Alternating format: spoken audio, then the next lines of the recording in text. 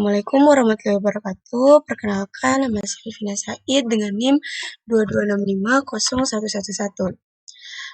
Jadi di sini saya akan menjelaskan tentang yaitu sistem pakar menggunakan metode forward chaining untuk diagnosa penyakit tanaman karet, dan juga sistem pakar menggunakan metode backward chaining dalam mengidentifikasi kandungan senyawa boraks, formalin, rhodamin B, dan metalin yellow pada makanan. Masuk pada materi yang pertama, yaitu sistem pakar menggunakan metode forward chaining untuk diagnosa penyakit tanaman karet.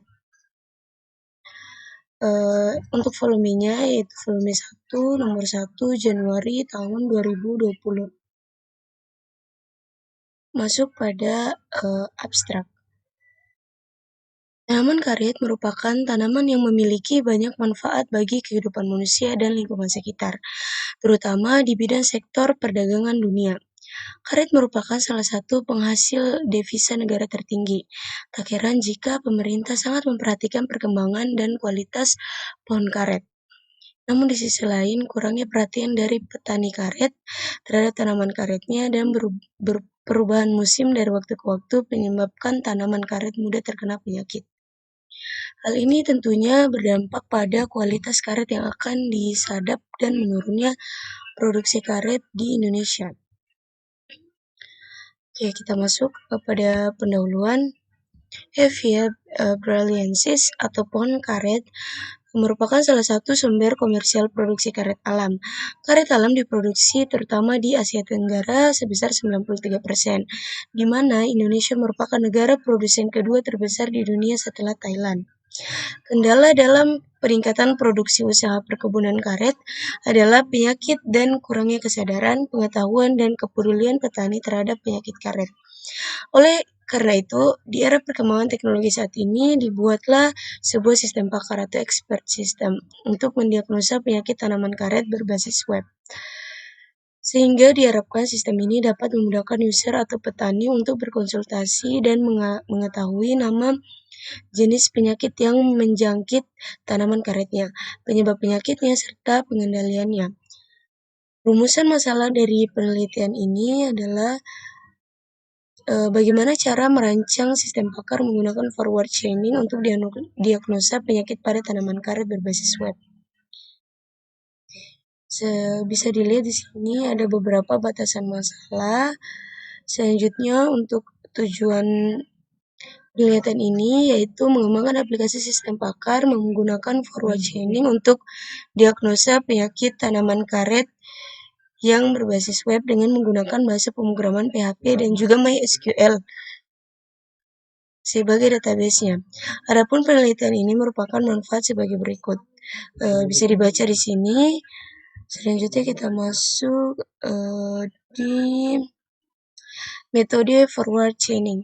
Algoritma forward chaining adalah salah satu dari dua metode utama reasoning atau pemikiran ketika menggunakan inference engine atau mesin pengambil keputusan, dan bisa secara logis dideskripsikan sebagai aplikasi pengulangan dari modus ponens atau satu set aturan inversi dan argumen yang valid. Forward chaining mulai bekerja dengan data yang tersedia dan menggunakan aturan-aturan inferensi untuk mendapatkan data yang lain sampai sasaran atau kesimpulan didapatkan. Mesin inferensi yang menggunakan forward chaining mencari aturan-aturan inferensi sampai menemukan satu dari attendance atau dalil hipotesis dan klausa if then yang benar. Oke, di sini kita bisa lihat metode yang digunakan ada 3, yaitu metode wawancara, metode studi literatur, dan metode observasi. Selanjutnya di pengembangan sistem. Jadi proses dalam pengembangan sistem ini menggunakan metode waterfall. Ada 4 tahapan pada metode waterfall, yaitu bisa dilihat sini ada analisis, desain, codingan, dan juga testing. Selanjutnya hasil dan pembahasan. Hasil dari penelitian sistem pakar menggunakan metode forward chaining untuk diagnosa penyakit tanaman karet yaitu berupa implementasi sistem pakar sebagai berikut. Nah, bisa dilihat pada gambar-gambar berikut, tampilan halaman utama, tampilan halaman login, tampilan halaman daftar, selanjutnya halaman pakar, dan tampilan halaman informasi. Nah, bisa dilihat di sini. Selanjutnya yang terakhir yaitu kesimpulannya. Oke, jadi kesimpulan dari sistem pakar diagnosa penyakit tanaman karet yaitu mampu mendiagnosa penyakit tanaman karet dengan gejala-gejala yang ada pada database dan efektif membantu para petani dalam berkonsultasi mengenai penyakit yang mungkin dialami oleh tanaman karetnya. Sistem pakar ini dapat menambah pengetahuan petani dan mencegah terjadinya penyakit yang terjadi pada perkebunan karet milik mereka. Sehingga dengan bertambahnya pengetahuan dan keperluan petani terhadap perkebunan karet dapat dipastikan hasil produksi karet juga akan bertambah. Oke, setelah itu kita masuk pada materi yang kedua, yaitu sistem pakar menggunakan metode backward chaining dalam mengidentifikasi kandungan senyawa boraks, formalin, rhodamin B, dan metalin yellow pada makanan. Ini untuk volumenya dia volume 3 nomor 1 halaman 34 sampai 40. Dan pada tahun 2021 untuk EISSN-nya yaitu 26863154. Oke, masuk pada abstraknya. Jadi penelitian ini dilatar belakangi oleh maraknya produsen pangan yang menggunakan bahan tambahan yang tidak diizinkan penggunaannya atau berbahaya bagi kesehatan. Penambahan bahan berbahaya dalam makanan dan minuman mempunyai pengaruh yang sangat besar terhadap kesehatan. Penggunaan bahan berbahaya ini dapat menimbulkan radang pada saluran pencernaan, degenerasi atau pengecilan hati, odema atau pengembangan pada otak, penimbunan cairan pada organ tubuh.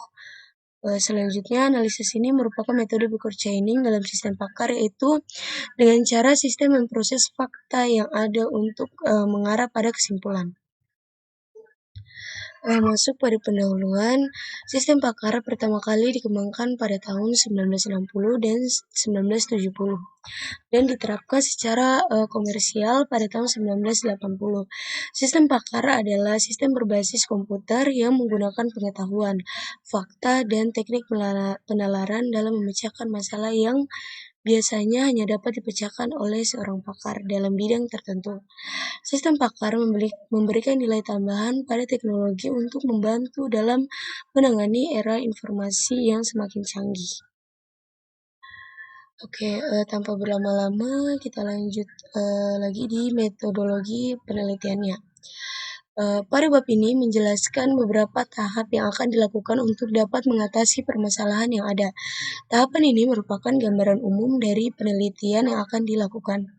Penelitian adalah cara yang sistematis untuk menjawab suatu masalah yang akan diteliti menggunakan metode ilmiah melalui tahapan yang terstruktur dan keteraturan. Metode sangat diperlukan dalam membuat penulisan supaya dapat terarah dengan baik. Tujuan dari penelitian ini yaitu untuk memberikan informasi kepada masyarakat supaya bisa mengidentifikasi tahap awal kandungan senyawa kimia berbahaya dalam makanan. Bisa dilihat pada gambar 1 yaitu kerangka kerja penelitian. Selanjutnya di sini ada banyak sekali, yaitu yang pertama mengidentifikasi ruang lingkup masalah, menganalisis masalah, menentukan tujuan, mempelajari literatur, mengumpulkan data, penyelesaian masalah dengan menggunakan metode backward chaining, perancangan sistem, implementasi sistem, dan juga pengujian hasil. Oke, kita masuk saja pada hasil dan pembahasannya. Pada tahap ini akan dilakukan analisa terhadap sistem dan juga perancangannya. Suatu proses data dan hasil dari data tersebut ada basis pengetahuan. Di sini bisa kita lihat pada gambarnya, terus ada rule, data dulu, selanjutnya ada rule, dan juga proses pencarian. Oke, nah selanjutnya kita masuk saja pada kesimpulannya. Pada sistem pakar mengidentifikasi senyawa kimia boraks, formalin, rodamin B, dan metalin yellow pada makanan menggunakan metode backward chaining. Terdapat 18 ciri fisik makanan yang didapatkan dari pakar dan terdapat 62 data yang dilakukan pencarian dengan sistem menggunakan metode backward chaining ini. Dan dibandingkan dengan data asli yang didapatkan dari pakar, didapatlah hasil kecocokan data dari pakar dengan hasil pencarian tersebut mendapatkan presentasi 100%. Solusi yang dihasilkan yaitu sampel tersebut harus dilakukan pengujian laboratorium. Diharapkan aplikasi ini dapat membantu masyarakat dalam edukasi senyawa kimia dan makanan dan mengidentifikasi tahap awal makanan sebelum dilaporkan ke pengawas obat dan makanan untuk dilakukan pengujian laboratorium. Nah, sekian dari 2 materi yang saya jelaskan. Saya akhiri dengan ucapan terima kasih. Wabillahi taufiq wal hidayah. Wassalamualaikum warahmatullahi wabarakatuh.